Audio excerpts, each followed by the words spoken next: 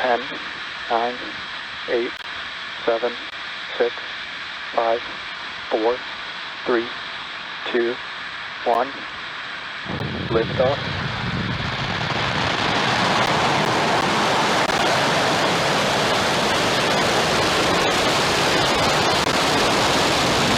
Stage 1 propulsion is nominal.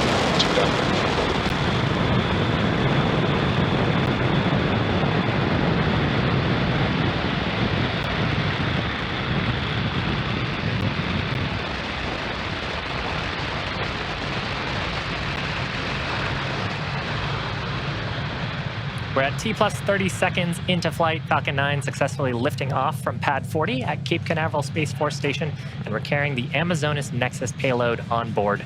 Now we've begun tilting the engine, that's called gimbaling, and we've begun to turn the rocket horizontally away from power the and telemetry pad. nominal. That is called a gravity turn. And we're still going up, but we're also heading away horizontally from the launch pad. We just throttled down the Merlin 1D engines in preparation for our next event. That's the point of maximum aerodynamic pressure on the vehicle, point of highest stresses during ascent.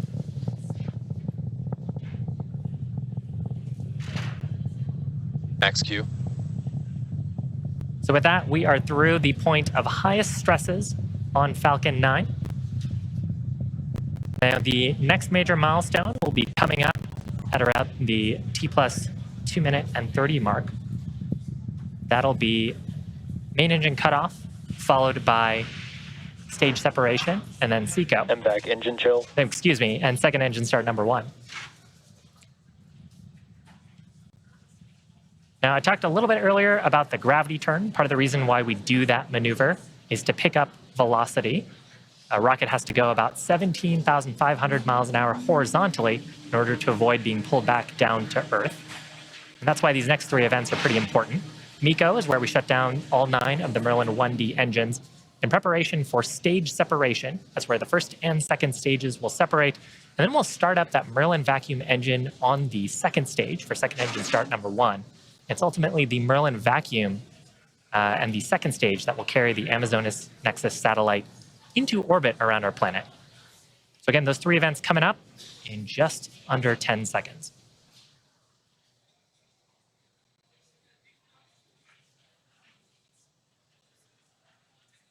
Main engine cutoff. Acquisition of signal Bermuda. Stage separation confirmed. MVAC ignition. Great views. On the left-hand side of your screen, we're looking up through the inner stage at the second stage. And we've got a view here on the right-hand side of our screen of the Merlin vacuum engine starting its burn. This burn will continue about until the T plus 8 minute mark. Next major milestone will be fairing separation on the second stage. That coming up at about T plus 3.5 minutes. Now that we are outside of most of the atmosphere, we don't need to carry the weight of those fairing halves. So we'll jettison them back to Earth for attempted recovery and reuse on a future mission.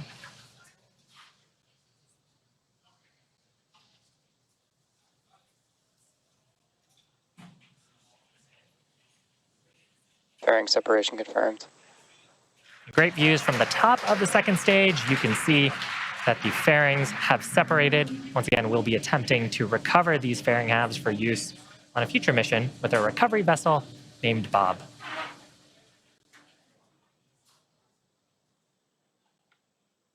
It's just about T plus 4 minutes into today's mission. And if you're just joining us, we had a successful liftoff at 8:32 p.m. Eastern from our Space Launch Complex 40 in Cape Canaveral, Florida. And you're joining us in the middle of the first of 2 planned MVAC burns ahead of satellite deployment. This is a particularly exciting portion of the mission because we have 2 major events happening right on top of one another. Right now, you've got that beautiful view of the second stage engine burn. And coming up at around T plus 6 minutes, on your screen, you'll see the first stage's entry burn begin. For the entry burn, we will relight 3 of the Merlin M1D engines on board the first stage, starting with the center E9 engine and followed shortly after that by the E1 and E5 engines. which collectively work to slow down the vehicle as it passes back into the Earth's atmosphere.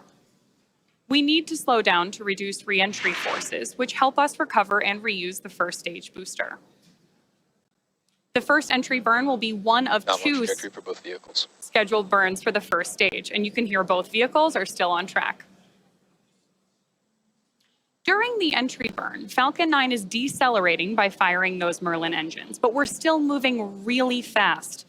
This causes the vehicle to fly through Merlin's exhaust gases, also called the rocket plume, and this deposits a layer of soot on the surface of the vehicle.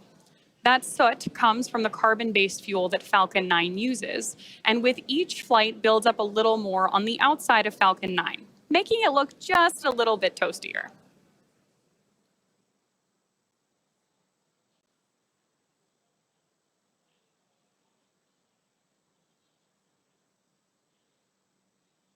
In the bottom of your screen, you can see that Falcon 9 is still picking up speed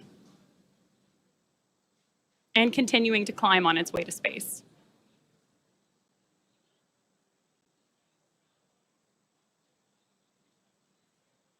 Stage 1 entry burn startup.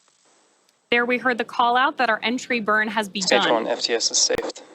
If you're just joining us, on the left-hand side of your screen is the first stage re-entry burn, and on the right-hand side, we have the second stage on its way to orbit. We expect this entry burn to last just about another 10 seconds.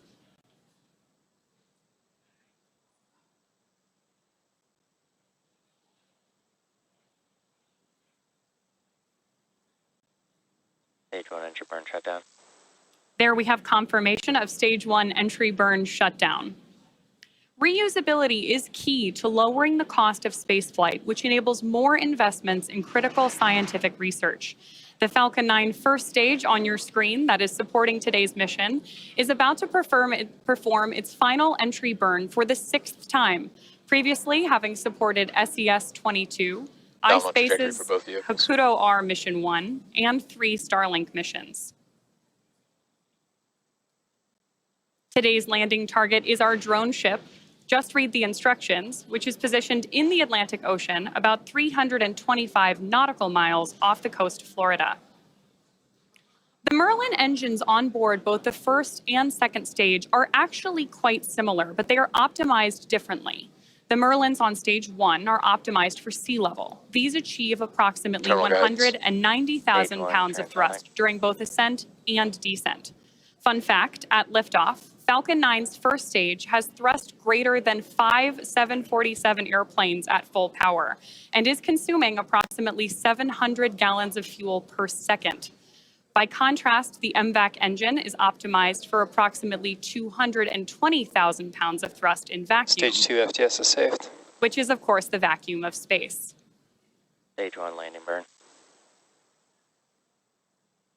See that stage 1 landing burn has begun, and in just a couple of seconds here, we will shut down the MVAC engine on our second stage. MVAC shutdown. There you have it.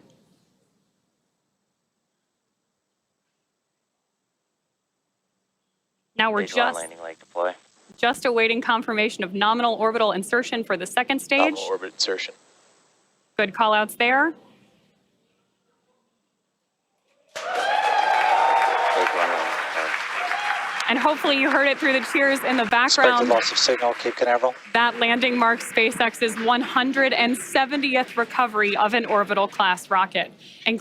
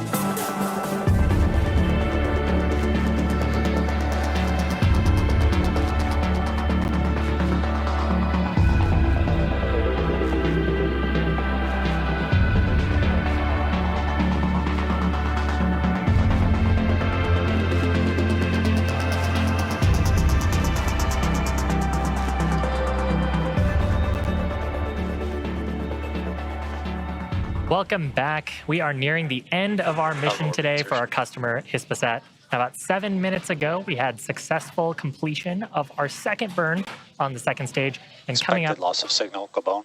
coming up, we have our final milestone for today's mission, which is payload deployment.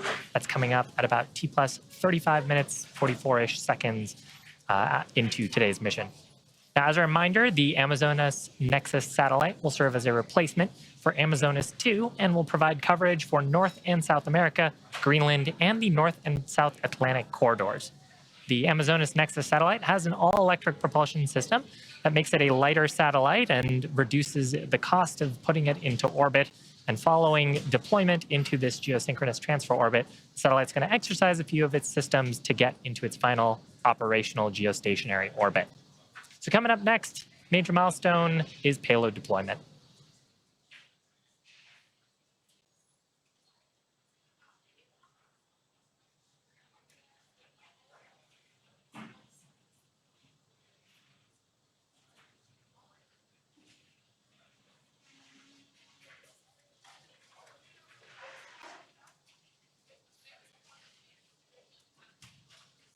Payload separation confirmed.